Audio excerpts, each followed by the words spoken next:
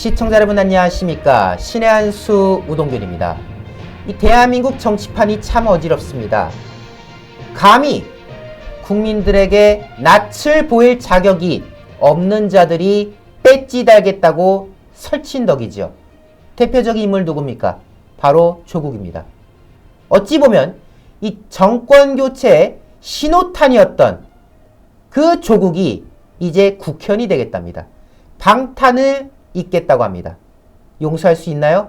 절대 용서할 수 없습니다. 자, 그런 가운데 지난날 이 조국 사태를 규명해냈던 귀한 분을 저희가 모셨습니다. 이번에 책을 집필하셨는데요.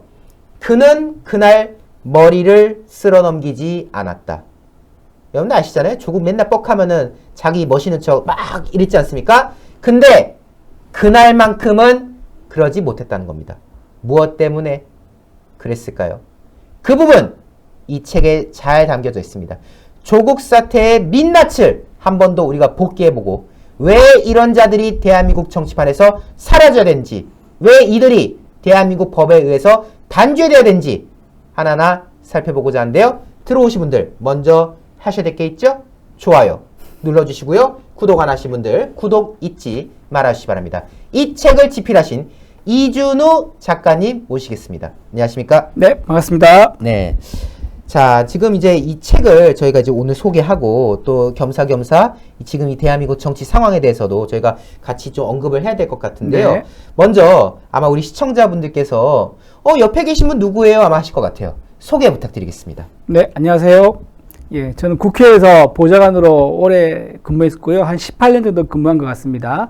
근무했었고 지금 현재는 여의도 연구원 기획위원으로 활동하고 있는 이준우라고 합니다. 반갑습니다. 네, 우리 이준우 작가님 저희가 모시게 되었는데 현재는 여의도 연구원에서 기획위원으로 활동하고 계시고 이 책에 담겨진 이 조국 사태 당시에는 또 보좌관으로서 또 역할을 하셨습니다. 그래서 누구보다도 실무적으로 이 사태의 진실을 지금 알고 계신 분이라고 저희가 감히 소개해드리고요. 그래서 저희 제목에도 뭐라 되어 있습니까? 조국 저격수라고 써져 있지 않습니까? 예, 제대로 오늘 조국 임자 만났습니다. 무슨 조국 신당입니까? 택도 없는 소리다라고 저희가 정리하면서 본론을 한번 가보도록 할 텐데요. 먼저 이 조국 네네. 이 사태에 관해서 이제 진실을 담은 책인데 이 책을 서술하시게 된 계기가 어떻게 된지 궁금합니다. 처음에 2019년이었죠. 2019년 가을부터 이제 조국 사건이 생기기 시작했고, 그게 네. 나중에 조국 사태가 되고, 그게 광화문을 통해서 국론 분열의 어떤 계기가 됐던 그 사건인데요. 네. 이 사건을 처음에는 이렇게 저도 커질 줄 몰랐습니다. 예. 근데 사건을 제가 어떤 목적을 갖고 이렇게 조사를 한 거 아니고요. 그 나오는 자료, 제가 자료 요구를 해서 집요하게 자료 요구를 했죠. 물론 자료 요구를 하면서 하나하나 나오는 증거를 따라가다 보니까 이게 일이 커졌고요. 네. 그게 조국 사태가 됐습니다.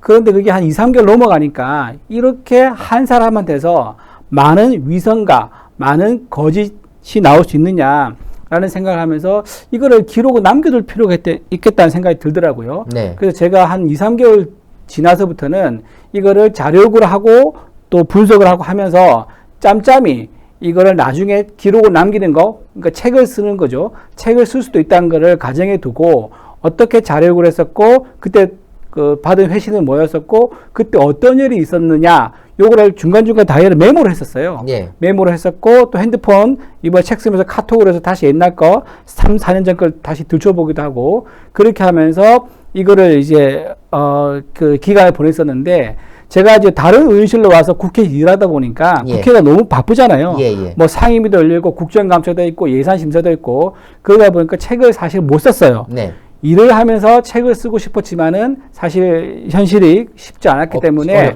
어렵죠. 작년에 제가 국회를 나오게 됐습니다. 나오게 되면서 한 3개월 동안 제가 집중적으로 그때 그 자료를 모으고 또 다시 애매모호한 것들 다시 만나서 취재도 하고 하면서 3개월 집중적으로 책을 썼고요. 나중에 책을 쓰고 나서 또 이제 조민 씨가 책을 내는 바람에 네. 또 조민 씨 책을 읽고 또 반영을 하고 어. 또 좀 있다가 정경심 씨가 또 책을 내길래 또 정경심 씨 책도 읽어서 반영을 하고 이러다 보니까 원래는 책은 10월, 작년 10월, 작년 10월에 이제 탈고가 됐었지만 반영하고 수정하고 편집하느라고 좀 늦게 나와서 이번에 2월 초에 그렇게 책이 나온 따끈따끈한 조국 신간입니다. 아니 뭐 그만큼 지금 이 책이 어떻게 보면 크로스 체크가 굉장히 많이 된 거잖아요. 그쵸. 그 사태 네. 당시의 내용 그리고 그 이후에 이제 나와서 또 추가적으로 또 그 당시의 상황을 다시 한번 복기를 해보고 그 와중에 당사자라고 할 수 있는 조민, 네. 정경심의 주장까지도 지금 복합적으로 체크가 된 네. 책이라는 건데 여러분들 정말 꼭 필독해 주시면 좋겠고요. 지금 제가 교보문고 잠깐 보여드릴 텐데 그는 그날 머리를 쓸어 넘기지 않았다. 정말 따끈따끈한 책입니다. 2월 7일 날 이제 나온 책인데요. 여러분들 구매 안 하실 겁니까? 하셔야죠. 여러분 지금 내용도 굉장히 심플해요. 지금 잠깐 제가 보여드리자면은 뭐 내용 글씨라든가 이런 것들이 여러분도 이런 것도 잘 또 따져보시지 않습니까? 글씨 크기라든가 이런 것도 굉장히 부담스럽지 않게 돼 있고 두껍지 않아요, 여러분들. 예, 두껍지 않아요. 그리고 가격도 여러분들 굉장히 합리적으로 되어 있어요. 1,500원으로 지금 되어 있는데 또 인터넷에서 구매하시면 또 할인이 되지 않습니까? 가격 잠깐 말씀을 드리면은 네. 그 주변 제 옆에 계신 분들이 책이 왜 이렇게 싸냐 이렇게 네. 얘기를 하더라고요. 근데 출판사에서 저도 물어봤어요. 보통 네. 요즘 책값 15,000원 하니까 네. 왜 이렇게 싸요? 가격 저도 물어봤더니 그 출판사에서 좀 많은 분들이 네. 이 책을 좀 접근하기 쉽게 부담을 낮추고 싶어서 좀 많은 분들이 공유하고 읽히기를 바란다. 워낙 이제 그때 사건을 퍼즐로 흩어져 있게 기억한 사람이 많아가지고 그렇죠. 이렇게 종합판으로 모은 거는 이 책이 사실상 거의 유일하게 아마 나왔을 거예요. 네네. 기존에 조국 관련된 책도 나와 있었습니다. 근데 네. 그런 것들은 사실 해석과 주장이 좀 많은 내용이고요. 그렇죠. 저는 이 책은 제가 경험했고 조사했고 또 그 과정에서 만났던 수많은 제보자들이 있습니다. 네. 그 제보자들과의 생생한 이야기 그리고 이게 약간 뭐 제가 있는 그대로 썼는데요. 쓰고 나서 보니까 약간 무슨 영화 같은 그런 장면들도 많이 있어요. 네. 제보자와 비밀로 접선하기 위해서 뭐 했던 것들이라든가 아니면 제보자가 흘려준 내용을 네. 제가 재빨리 이제 냅킨에 받아 적었던 이야기라든가 네. 이제 그런 것들이 있거든요. 그래서 아마 읽으면 재미도 있을 뿐만 아니라 내용도 그동안 잘 몰랐던 것들, 애매하게 알았던 것들을 정확하게 알 수 있습니다. 네. 그러니까 그만큼 그 당시에 그 기록 하나하나를 놓치지 않기 위해서 노력하시고 네네. 했던 부분들을 이제 우리가 잊으면 안 된다. 사실 우리가 조국 사태 때 돌이켜보면은 진짜 그때 저희 신의한수도 그렇고 뭐 여러 이제 매체들도 그렇고 집중적으로 보도 많이 했어요. 네. 근데 이제 우리가 그 당시에는 진짜 하나하나 이게 계속 내용이 쌓이니까 네네. 다들 이제 뭐 회사 이름만 나와도 맞아 그거 조국이잖아 뭐자 했는데 이제 우리가 지금 4년 지나고 하다 보니까 많이 잊혀졌단 말이에요. 그걸 어떻게 보면은 다시 한 번 더 거의 엑기스로 하는 내용이다. 그리고 또 우리 출판사 측에서도 그만큼 가격을 대폭 낮출 만큼 많은 분들에게 전해졌으면 하는 마음으로 지금 준비된 책이니까 꼭 그는 그날 머리를 쓸어 넘기지 않았다. 놓치지 않으시면 좋겠습니다. 그리고 우리 작가님 혹시 네네. 카메라 지금 이거 보시는 거 아니시? 요거를 보고 이게 또 이제 방송의 묘미인데 네네네. 또 예. 요거를 봐주시면 너무 네네. 감사하겠습니다. 그렇게 하겠습니다. 네네. 네, 제가 또 바로 잡았습니다. 네네네. 자, 어쨌든 저희가 이 책에 대해서 다시 한 번 더 좀 상기를 해보고자 하는데요. 자, 이렇게 우리 이준우 작가님께서 치열하게 넘기셨어요. 근데 이제 아까 말씀 주셨던 게 애초에 이게 이런 사태까지 예견을 하고 이게 한 게 아니라 당시 어쨌든 조국은 문재인 정권의 황태자였고 당시에 또 법무부 장관 내정된다고 하면서 막 좌파들은 열광하고 워낙에 그쪽에서 추앙받는 인물이었으니까 그런 상황이었는데 이게 사실 저희도 놀랬거든요. 네네, 그렇죠. 굉장히 평소에 언행을 보면은 거의 어떻게 보면 이 좌파 내에서도 자기는 굉장히 정직한 위치에 있는 사람인 것처럼 행세했는데 까도 끊임없이 나오는 어떤 그런 비리들이 났단 말이에요. 어떻게 네. 이걸 발견하시게 된 거죠? 이거 맨 처음 시작은 정말 우연이에요, 우연. 제가 무슨 어떤 목적이나 의도를 가지고 조사한 건 아니고요. 네. 인사청문회이기 때문에 자연스럽게 조국이라는 인물, 사실 상임위가 저희랑 관계가 없었어요. 예. 왜냐하면은 법무부 장관이기 때문에 제가 했던 상임위는 교육이었거든요. 네네. 교육부 장관이 원래 이제 오면은 우리가 인사청문회 자료를 들여다보기는 하는데 법무부 장관이 법사위에 가서 인사청문을 받을 예정이었어요. 네. 하지만 이제 의혹 제기는 국회의원 누구나 법적인 절차에 따라서 정당하게 자료를 제출 요구하고 또 받으면 의혹을 제기할 수 있거든요. 예.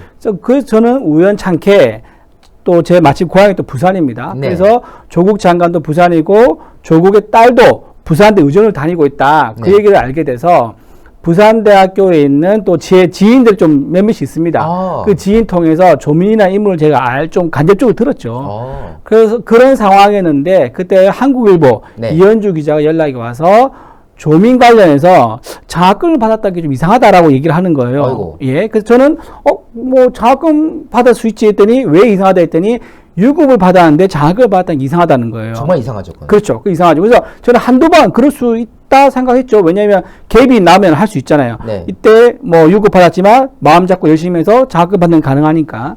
그래서 혹시나 해서 제가 부산대 자력을 했었어요. 그때 제가 약간 제 노하우죠. 기술을 좀 기술을 발휘해가지고 제가 부산대가 제가 조민이라는 특정 인물에 대한 자료를 요구한다는 걸 모르게 하려고 네. 좀 광범위하게 사실은 1이 필요하지만 제가 10이 필요한 것처럼 얘기를 해서 자료 요구를 했고 네. 그 부산대가 제출한 자료가 보니까 마침 충실하게 다 준 거예요. 네, 네. 그 중에서 다 비실명 처리를 합니다. 네. 개인정보법 때문에. 근데 홍길동 있으면 홍땡땡, 김땡땡 이렇게 오는데 조민이 이름이 외자지 않습니까? 조땡이죠. 조땡이죠. 조땡. 이 발음, 대박이네. 발음 네. 조심하셔야 돼요. 조X, 조별 이렇게 온 거예요. 네. 그래서 아니 이런 우연이 어디 있겠습니까? 제가 만약에 조땡땡으로 왔으면 모르죠. 제가 발견 못했을 거예요. 네. 근데 조땡으로 온 게 딱 한 명이에요. 네. 그 학번에.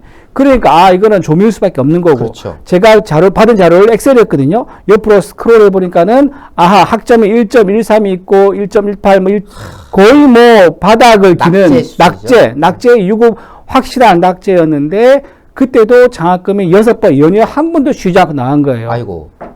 그게 이제 처음에 8월 19일 날 한국일보 일면으로 단독으로 크게 나왔죠. 네. 그러면서 이제 조국 사건이 시작됐고 그 다음날 바로 동아일보가 조국 논문 가짜 의혹을 제기하면서 제1저자가 잘못됐다는 거죠. 그렇죠. 그렇게 하면서 또 받아쳤고 이러면서 모든 언론이 조국 인사청문회에 집중하게 된 거예요. 그렇죠. 예, 처음에는 조국이 사모펀드 의혹이 있다라는 것만 나왔었다가 네. 자녀 입시 부정 의혹이 있다는 거는 처음 이제 제가 우연히 발굴을 해서 밝혀지게 됐고 그걸 계기로 해서 제가 서울대학교, 네. 동양대학교, 고려대학교, 연세대학교, 우석대학교 등등의 제가 조민의 그 부산대 의전 제출했던 자기 스펙이 있습니다. 스펙 자료들. 그걸 하나씩 자료가면서 체크를 했죠. 네. 그 아주 집요하게 했습니다. 왜냐하면 그때 당시가 문재인 정권이었기 때문에 사실 자료 제출 당하는 피감기관이 자료 제출 거부를 하면 받기가 되게 힘들어요. 그러니까요. 우리가 국정조사권을 발동할 수도 없고 의석수가 적기 때문에. 하지만 아주 집요하게 제가 자료 요구를 했고 다행히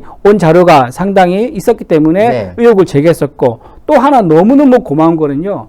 사실 이거는 제가 한 게 아니고 국민들이 한 거예요. 왜냐하면은 조국 의혹의 상당수가 시민들의 제보입니다. 그렇습니까? 요즘 말로 하면 동료 시민들의 제보예요. 네. 동료 시민들이 조국 의혹이 제가 한 몇 번 나왔었잖아요. 예. 몇 번 나오니까 저한테 스스로 자발적으로 연락이 왔어요.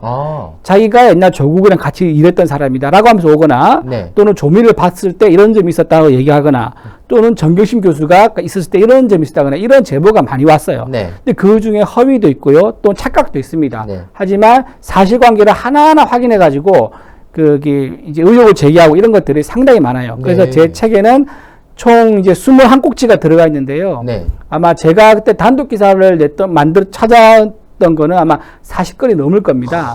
그 중에서 21건 정도 들어가 있고 어떤 걸 좀 많이 들어갔냐면은 제보자들 만난 얘기가 많이 들어가 있어요. 그 제보자들과 함께 무슨 첩보 영화처럼 만났었던 이야기, 통화했던 이야기, 그리고 공중전화에서 네. 또 통화했던 이야기. 공중전화. 예, 그분 요즘에 공중전화 누구였습니까? 근데 그렇죠. 그분 제보자는 자기 신원이 드러난 걸 이제 부담이 되니까 저한테 이제 공중전화로 전화를 하는 거예요. 그 아직도 기억이 나요. 공중전화 통화하면서 동전이 뚝뚝뚝 떨어지는데 이분은 자기가 준비한 말을 빨리 하고 전화 끊고 싶은 거예요. 그러면서 막 말을 하면서 이제 저는 중간중간에 제보자 신원도 확인하고 네. 실명까지는 아니지만 이제 그 사람이 그 내용을 제보 내용을 알만한 위치에 있었는지 확인하고 그렇죠. 이렇게 하면서 제가 조사를 했던 그게 아직도 생생하게 남아 있습니다. 진짜 그때 돌이켜 보면은 드라마로서도 이렇게 극적이지는 않을 것 같아요. 그렇죠. 그러니까 드라마에서 보면은 진짜 말씀 주신 대로 예, 예. 어디 공중전에서 네네. 내가 지금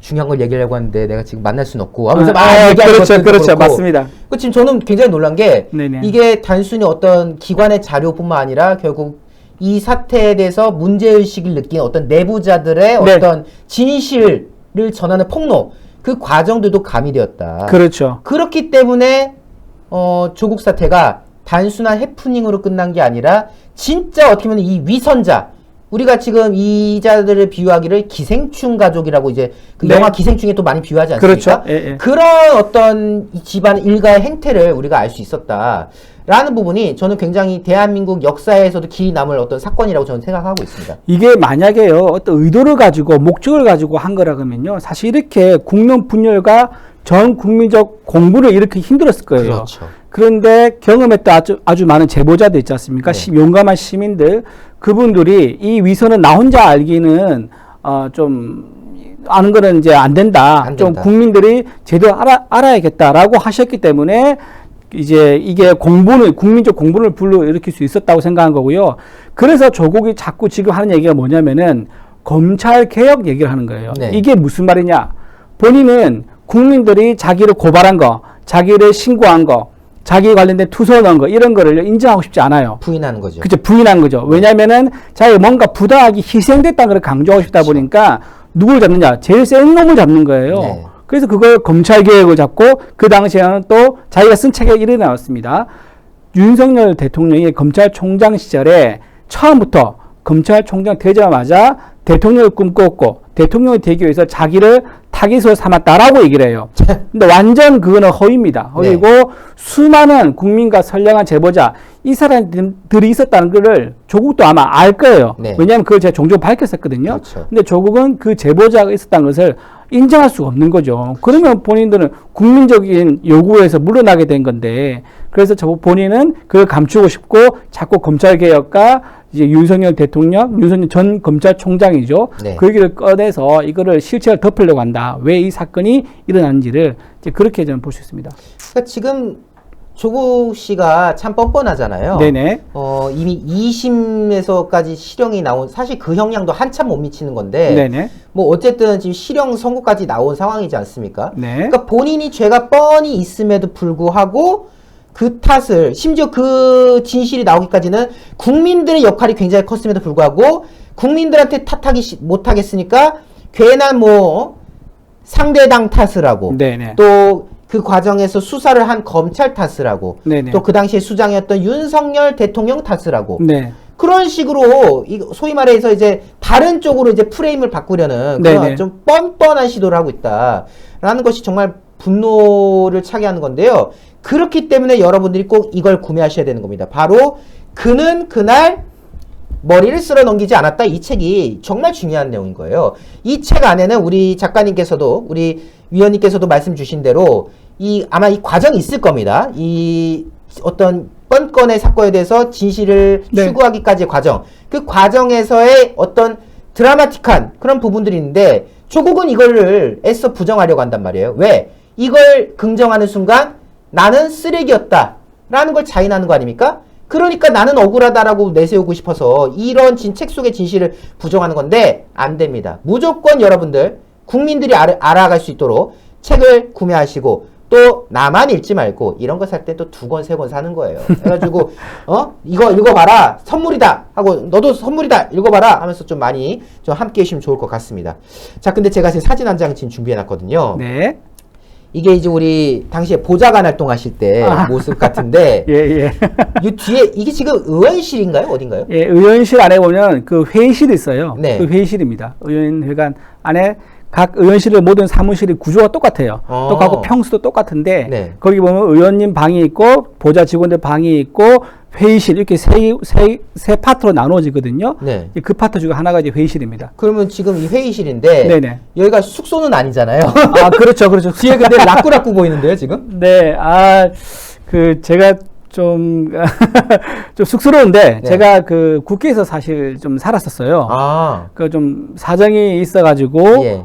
서울에서 제가 혼자 좀 살고 있는 거고, 제 고향이 부산에서, 예, 예. 이제 가족도 아직 부산에 다 있습니다. 예. 혼자 국회에서 일을 하다 보니까 네. 숙소를 잡지 못했고, 네. 그래서 이제 국회에 이제 있었을 때, 조국 사건을 만났을 때가 제가 이제 국회에서 남성 휴게실 또는 네. 라꾸라꾸 자면서 조국 사건을 만났는데 그때가 이게 산지 한 달밖에 안 됐을 때예요. 네. 근데 저렇게 자고 있을 때 조국 사건을 만나니까 저게 저한테 큰 기회가 됐어요. 큰 좋은 환경이 됐던 게 뭐냐면은 네. 이제 보통 이제 출퇴근을 하잖아요. 그쵸. 출퇴근하면서 열심히 일하고 뭐 거기서 이제 야근도 하고 뭐 그쵸. 새벽에 퇴근도 하고 이러는데 저는 저때 당시에 이제 사무실이 10층이었고요. 네. 저 이제 수면실이 9층이었어요. 아. 남성 휴게실이 있는데 네네. 거기 침대가 있거든요.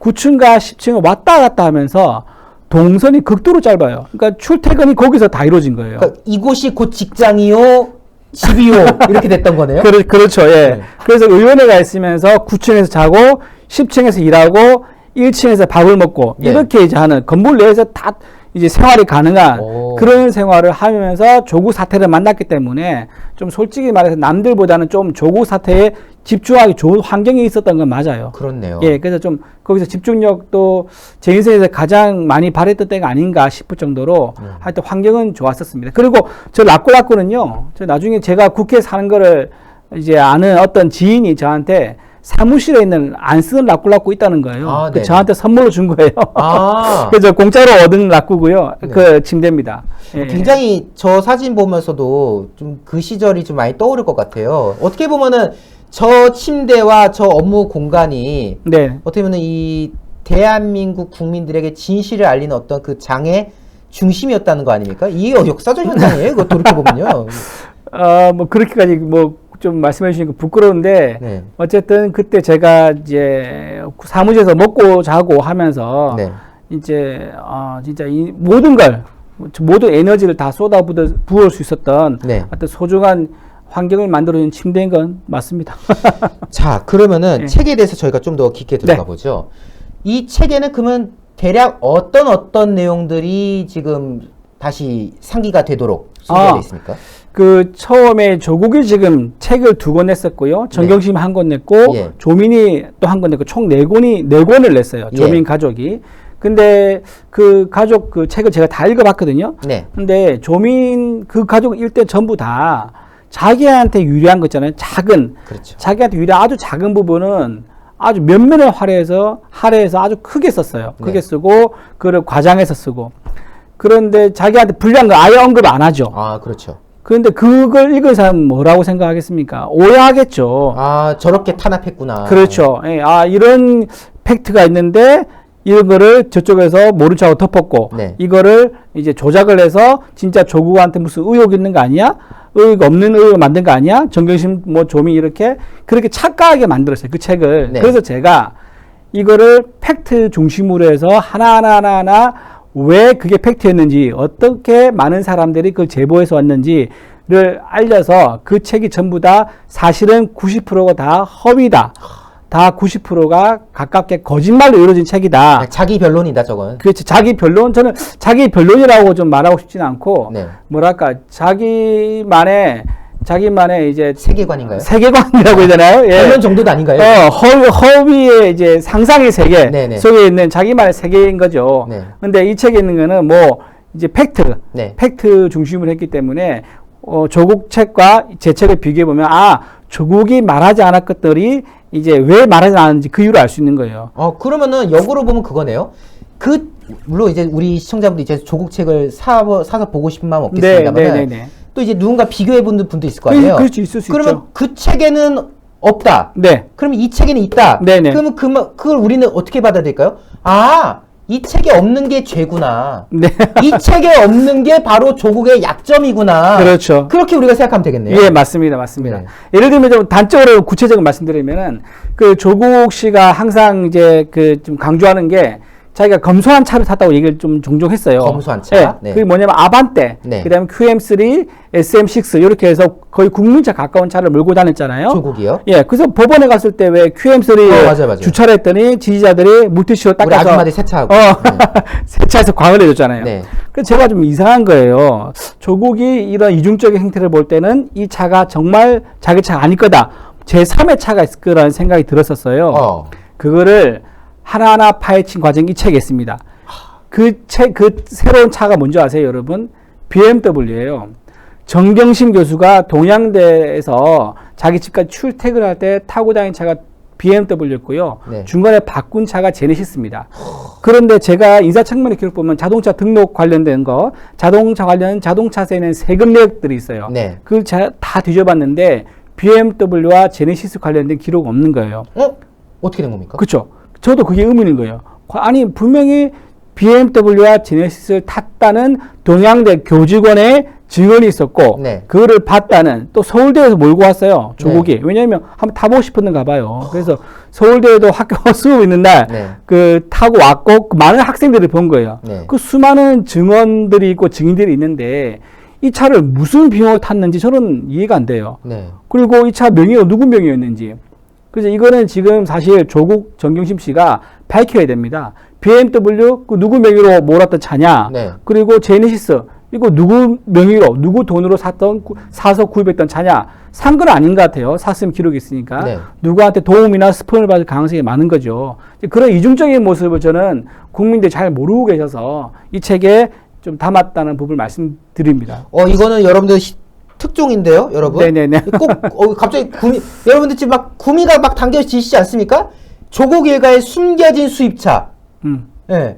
분명히 우리가 본 거는 우리 아줌마들이 새똥을 닦던 그 차는 분명히 그 QM3였는데 어라? BMW는 또 어디서 튀어나오고 제네시스는 또 어디서 튀어나왔지? 그 차는 명예도 없다는데 이거 밝혀야 되겠네요. 조국 일가들이 또 하나 또 발끈할 만한 지금 상황이 지금 만들어지지 않았나 생각이 들어요. 근데 저는 이제 뭐 보다 더 자세한 내용들을 이제 우리 시청자분들이 이제 구매를 하셔야 되니까 네. 너무 말하면 또 스포가 되거든요. 네. 자, 저는 근데 일단 이 제목, 이 제목이 어떤 의미로서 담겨졌는가가 참 궁금해지거든요. 네네. 책 제목 좋다라는 분들이 많이 있더라고요. 네. 이게 그는 그날 머리를 쓸어담그지 않았다. 네. 이게 그날이에요. 8월, 이제 2019년 8월 20일입니다. 네. 조국이 사실은 아직 기세 등등했어요. 왜냐하면 자기는 파도 아무것도 없다. 당당하다. 나는 의욕이 없다. 네. 장관 인사청문회 당당히 임하겠다 그랬었거든요. 나왔대잖아. 네. 그러면서 그때 조국이 항상 인사청문회 갈 때 뭘 들고 왔냐면 백팩, 네. 텀블러, 그리고 머리 쓸어 넘기기, 맞아요. 이걸 3종 세트를 늘 했었어요. 맞아요. 그리고 텀블러는 바꿔갖고 색깔하고 그쵸. 디자인 다양하게. 그리고 그게 무슨 의미였냐면 저는 여유와 자신감이었을 거라 생각을 합니다. 그런데 조국 이제 19일 날 조국 의혹이 처음 제기됐죠. 네. 조민의 부정입학 의혹입니다. 그리고 둘째 날 논문 의혹도 나왔죠. 그러니까 그때 갑자기 조국이 백팩도 내려놓고 텀블러도 내려놓고 머리도 쓸어넘기지 않았어요. 굉장히 경직된 표정으로 그렇죠. 기자들 앞에서 준비된 이제 원고를 읽는 거예요. 네. 이거를 보고 저는 조민이 이 사안을 진지하게 보는구나. 조국이요. 그리고 조국이 네. 이 사안을 진지하게 보고 이게 내가 의혹 제기한 게 틀리지 않았구나. 네. 뭔가 제대로 이제 방향을 잡고 가고 있구나라고 하는 걸 느꼈죠. 그래서 조국은 머리를 쓸어넘기지 않은 그날부터 본인이 어떤 사람이었는지 드러나는 그 날이어서 본인은 아마 이 날이 뭐 되게 가장 인생에서 싫은 날이 아닐까 그런 생각을 좀 합니다. 결국 이 제목 속에서 소위 말해 그날 그 본인의 습관처럼 네네. 쓸어 넘기던 그것이 끝난 날. 네. 그날이 어떻게 보면 조국 몰락의 어떤 시작이었다. 네네. 조국이 왜냐면 장관 청문회 하는 중에도 계속 정점을 찍고 있었거든요. 네네. 네. 불과 그 직전에 부산 내려가가지고 네. 대선 딱 대선 딱 좋은 데인가요? 네, 맞아요. 네, 그렇지 않습니까? 네. 그런 그 얘기도 있어요. 책에 보면은요. 네. 그 조국 동생 얘기가 나옵니다. 제 책에 보면은. 나중에 병원에도 막 왔다. 예, 맞아요. 병원에 왔다 하고 이제 병원에서 이제 아픈 행세했다가 나중에 쫓겨났잖아요. CCTV 걸려서 네. 뭐 잘 걸어다니고 걸려가지고 쫓겨났죠. 네. 그 조국 동생이 나오는데 제가 취재한 바에 따르면 조국 동생이 평상시에 자기 주변 사람들한테 우리 형 곧 대통령 될 거야. 나중에 대통령 될 거야. 대통령 되면은 너희들 하고 싶은 것들 뭐 필요한 거 있으면 얘기해. 내가 하나씩은 다 들어줄게라고 자기 주변 지인들한테 자랑을 했어요. 세상에. 근데 그분들 저한테 제보를 해준 거예요. 네. 그래서 제가 장소하고 구체적인 상황을 물어봤더니 아주 정확한 거예요. 뭐냐, 해운대에 있는 모 식당이었고요. 네. 그리고 조국 동생은 그날 흰색 벤츠를 타고 왔어요. 네. 그리고 조국 동생은 운동학원 알죠? 네, 운동학원, 운동원 자기 모친 아버지가 설립한 재단이죠, 사학이죠. 거기에 사무국장으로 있었는데 네. 조국 동생이 운동학원 사무국장 월급이 그렇게 많지가 않았을 거예요. 그렇죠. 300에서 왔다 갔다 했던 그 시절이었어요. 그런데 그 벤츠, 그걸 어떻게 무슨 비용으로 끌고 다녔을까? 그것도 의심스럽죠, 사실은. 그렇죠. 어쨌든 조국 동생은 좀 허세를 부리면서 자기 형이 대통령까지 꿈꾸고 있다는 것을 주변에 자랑스럽게 얘기했던 그런 생생한 이야기도 제 책에 담겨 있습니다. 야, 진짜 전혀 알려지지 않았던 내용들이잖아요. 그렇죠. 예. 오, 대단하네요. 진짜 조국 일가가. 예. 얼마나 그 시절에 기세등등했으면은 뻔뻔스럽게 그런 말을 하고 다녔을까요? 또 그런 한편은 저는 그런 생각도 들어요. 역시 세상 비밀이었구나. 그렇죠. 네. 예. 그분들이 사실은 아마 조국 동생이란 이제 평소에 좀 오랫동안 관계에 있던 분들 아니었겠습니까? 그렇죠. 근데 용기를 내서 저한테 제보를 줄 때는 그 자리에서 뭐 맞장구 치면서 같이 웃고 넘겼겠지만 네. 속으로 아는 거예요. 아, 이게 말이 안 되는 상황이구나. 네. 그래서 용기를 내서 저한테 제보를 주셨다고 생각합니다. 그렇습니다. 네네. 자, 이렇게 참 다양한 내용들 여러분들 지금 조국 사태 다 아는 것 같죠? 아, 뭐 우리 봤잖아 다 신문에서. 아니라니까요. 더한 내용들이 바로 이 안에 있으니까요. 꼭 참고해 주시면 좋을 것 같다. 그는 그날 머리를 쓸어 넘지 않았다. 이날부터 조국은 망했다. 여러분 함께 해주시기 바랍니다. 자, 그러면 저희가 좀 정치권 이야기로 좀 넘어가 보고자 합니다. 네. 이런 조국이 지금 당을 차리겠다고 하고 있어요. 네. 그 음주운전 등등으로 논란이 된 신장식 씨를 인재 영입이라고 데려오고 또 뭐 그런 말도 했던데요. 뭐 자기 뭐 국회의원다가 뭐 며칠 안 돼서 감옥 갈 수도 있다 뭐 한다 하면서 뭐 동정적인 되게 동정심을 유도하는 그런 발언들도 하고 그러던데. 네네. 자, 어쨌든 이 조국 신당이 출범을 하게 되면은 이제 또 민주당 내지 좌파 지지자들은 또 예전에 우리 조국을 세차하던 그 심정으로 또 밀겠다고 할 거란 말이에요. 이거 좀 아니지 않습니까? 아, 이번에 저는 그 인재 영입, 네. 그 1호로 신장식 씨를 이제 인재 영입했는데 그분이 음주운전 1회예요. 그렇죠. 그리고 무면허가 3회예요. 그렇죠. 아, 이런 기본적인 기초질서조차 지키지 않는 분이에요. 그런 분이 국회의원으로 출마하겠다. 저는 굉장히 상징적이라고 봐요. 왜냐면은 신장식 씨가 어떤 분인 줄 아세요?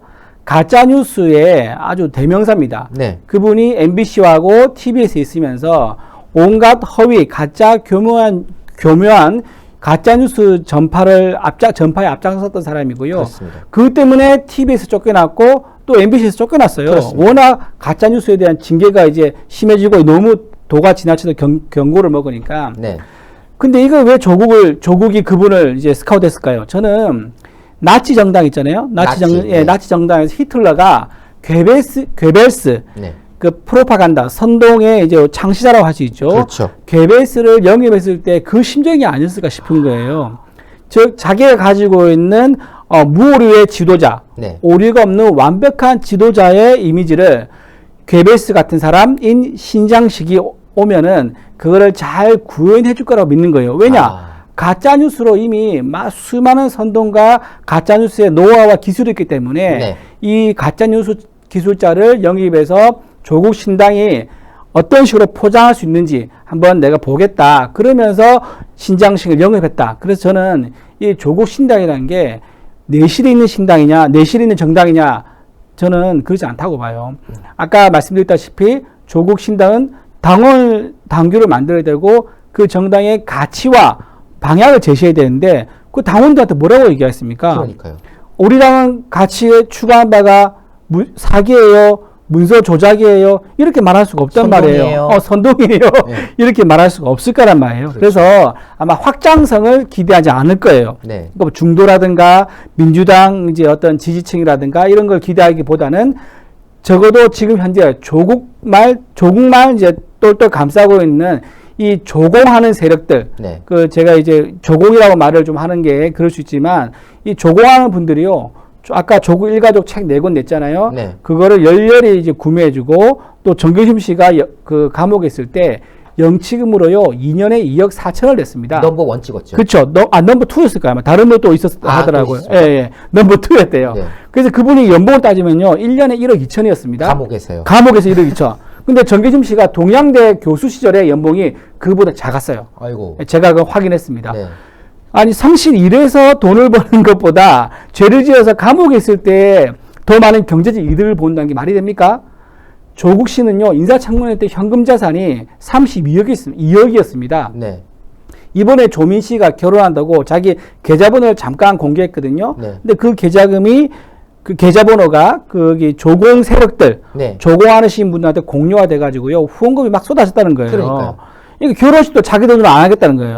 그러니까 이분들은 너무 이제 조국 일가족의 빨대 역할을 하고 있는데 그럼에도 불구하고 그 흩어져 기미가 안 보이기 때문에 조국은 이거를 이용해서 일단 당을 만들자. 그래서 한몫을 챙기자. 막 이런 의미가 아닐까 그런 생각이 듭니다. 결국 이제 국민은 안중에 없고 그렇죠. 그냥 내세워서 네네. 받아 먹을 거 받아 먹고 그렇죠. 하면서 실리를 챙기겠다. 그렇죠. 경제적 이익을 보는 거고요. 예. 조국은 어떤 그 자기 지인의 지도자가 아니라 자기 패밀리의 지도자가 되려는 사람이다. 네. 저는 그렇게 봐요. 패밀리의 지도자가 예, 되겠다. 패밀리의 지도자. 그럼 뭐 이건 명확하게 대한민국의 암적인 정치 조직이라고 우리가 봐야겠네요. 그렇죠. 예, 예. 근데 제가 지금 여기서 또 이야기할 수밖에 없는 게 또 민주당이네요. 네. 왜냐하면은 조국 신당이야 조국을 위시로 한 이 패밀리 정당이라 치는데 네.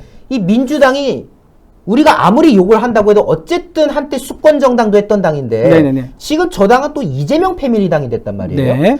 계속해서 자기랑 맞지 않는 사람들 잘라내고 네. 거기에 자기 사람 꽂아놓고 그 과정에서 잡음이 벌어지고 네. 그래서 바꿔달라고 요구해도 묵살하고 네. 이런 지금 일이 반복되고 있거든요. 결국 지금 뭐 조국 신당은 말할 것도 없고 민주당도 결국 조국 당과 같은 길을 지금 걷고 있는 게 아닌가. 전 그런 생각이 좀 듭니다. 어떻게 보시나요? 그렇죠. 오늘 저기 이재명 임종석. 네. 임종석이 컷오프 됐어요. 잘렸죠. 네, 잘렸죠. 저는요, 이재명이 이거 실수했다고 봐요. 이게 임종석을 키워주는 겁니다. 임종석을 대권 주자로 만들어주는 첫 단추를 이재명이 끼웠다고 생각해요. 그렇죠. 왜냐하면 임종석은요, 친문 세력을 상징하는 인물이에요. 본인이 어떤 식으로 설득해서 자기 사람을 만들어야 되는데 그 내침으로 인해서 임종석은 희생해야 되는 거고 정의의 사도가 된 거예요. 불의에 맞섰던 인물이 되는 거죠. 아마 임종석을 중심으로요 친문 세력들이 결집할 가능성이 많습니다. 네. 자, 그러면 나중에 전당대회가 분명히 있을 거거든요. 전당대회 때 누가 나오겠습니까? 임종석이 나올 수밖에 없어요. 그렇죠. 그러면 친문 세력들 지금 전부 다 숨지고 있고 눈치 보고 있지만 결국은 지금 이낙연 대표도 새로운 민주당이 가 있는데 아마 문재인 대통령과 지금 소통하고 있을 겁니다. 네. 조만간 아마 두 분이 만나는 그림을 그릴 거예요. 네. 그때 아마 임종석도 같이 합류할 수도 있고요. 그러면서 이제 민주당이 아마 4분 오열될 가능성이 많습니다. 그렇죠. 그래서 사실은 저희가 우리 당 입장에서 보면요. 국민의 입장에서 보면은 상당히 좋은 기회인 건 맞아요. 하지만 우리 자력으로 그럼요. 이렇게 좀 좋게 우리가 선거에서 평가를 받으면 좋겠지만은 현실적으로 보면 냉정하게 말씀드리면요. 민주당이 워낙 사천원하고 워낙 민주당 이재명의 어떤 그런 사심 때문에 민주당 스스로 좌초되면서 우리가 반사이익을 누리고 있는 그런 상황이라는 것을 말씀을 드리고 그럴수록 우리 당이 좀 정신 차리고 국민의 기대에 맞는 개혁, 공천, 국민 기대에 맞는 어떤 정치 메시지와 비전을 제시해주면 좋겠다는 생각을 합니다. 좋은 말씀 해주셨습니다. 네. 왜냐하면 많은 분들이 지금 공감하실 것 같은데 네네. 이재명이 결국 임종석을 쳐내겠다는 거는 일종의 친문 손절의 시그널이자 그렇죠. 하늘나라에 두 개의 태양은 없다. 왜냐면 본인도 알 거 아니에요. 네네. 자기가 이제 사실 저는 지금 자기가 다음 걸 준비한다는 상상하는 것도 감옥 가야지 뭐 무슨 다음 걸 상상해요. 근데 어쨌든 뭐 그 사람은 지금 다음을 노리고 있는 사람이니까. 네네네. 근데 임종석도 어떻게 보면 그럴 만한 사람이잖아요. 네네. 그러니까 하늘 아래 두 개의 태양은 없느니 하면서 쳐낸 건데 이게 쳐낸 게 아니라 결과적으로 사람을 더 부각시키는 꼴이 되었고 네. 이제 만약이지만 가정입니다. 만약에 이제 민주당이 이 사태가 심화되면서 총선에서 망하게 될 경우, 네네. 그럼 당연히 그 빈자리는 친문이 이제 꿰차게 될 텐데. 그렇죠. 네. 그러면 그때 과연 이재명은 얼마나 본인의 그 정치적인 인생이 짓밟히는 상이 올까? 좀 너무 근시안 쪽을 봤다는 생각이 좀 들거든요. 그렇죠. 그래서 지금 이재명이 쓰러지면 자꾸 무덤을 파고 있는 거고요. 네. 근데 권력자에 있는 이제 그 자리에 있으면요. 안 보이죠? 사실은 그 주변에 소수 몇 명이 둘러싸거든요. 그러면요. 그 전체 그림을 보기 힘들어요. 네. 그 진짜 도도와 민심을 보기 힘들고 전체 그림을 보기 힘들기 때문에 한쪽에 경도된 판단을 할 가능성이 되게 높습니다. 네. 그래서 이재명 대표가 지금 앞뒤 위아래 꽉 막혀서 아마 지금 민주당을 사당화 만들고 그 사당화된 민주당은 아마 침몰되는 배의 운명을 맞이하지 않을까 좀 그런 생각을 합니다. 맞습니다. 저도 우리 이준우 작가님의 말씀에 전적으로 동의하고요. 그럼에도 불구하고 우리 작가님 말씀대로 우리가 누군가의 몰락을 양분 삼아서 선거를 이긴다고 생각하면 안 됩니다. 무조건 이번에는 또 압승을 해야 되기 때문에 국민의힘이 이럴 때일수록 사실 이럴 때 또 더 자세를 낮춰야 되는 거거든요. 네네, 그렇죠. 낮은 네. 마음으로 국민을 섬기는 좀 그러면서 총선을 좀 이끌어 나가는 그런 분위기가 됐으면 좋겠습니다. 그래야지 또 여기 지금 써져 있는 요 사람도 이게 단죄를 할 수 있는 겁니다. 자, 오늘 저희가 사실은 30분 정도 하려고 했는데 좀 저희가 좀 길어졌어요. 아, 예. 왜냐하면은 저희가 끊을 새가 없는 게 너무나도 예. 중요한 말씀들을 많이 해주셔가지고 예. 저희가 좀 풍성하게 오늘 좀 담아봤고요. 그런 만큼 여러분들 정말 공유 많이 해주셔야 돼요. 이 좋아요 안 누르신 분들 좋아요 꼭 여러분들 잊지 말하셨으면 좋겠고요. 아, 그리고 네. 저기 요즘 영화가 건국정쟁 영화가 지금 인기를 끌고 있지 않습니까? 아, 그렇죠. 이제 우리가 이제 흔히 이제 우파와 좌파가 문화 전쟁에서 항상 밀리고 있다. 특히 우파가 밀린다. 이제 그 얘기 많이 하는데 이번에 많은 국민들이 지지해 주셔가지고 우파의 어떤 제대로 된 역사적 사실을 다룬 영화 건국 전쟁이 히트를 치고 국민들한테 지지를 받고 있어요. 그렇죠. 그래서 저는 이 건국 전쟁 그렇게 많은 분들이 봐주시는 마음처럼 지금 조국 사태의 그 과정 그리고 좌파의 민낯을 밝혔던 이 과정을 여러분들 좀 지지해 주시고요. 이 책 그는 그날 머리를 쓸어넘기지 않았다. 여러분들 우리도 좌파와의 문화 전쟁에서 밀리지 않는 그런 모습을 좀 보여주면 좋겠다는 작은 희망을 좀 가져봅니다. 네. 그래서 그 희망의 불씨를 키울 수 있도록 제가 다시 한번 더 소개하겠습니다.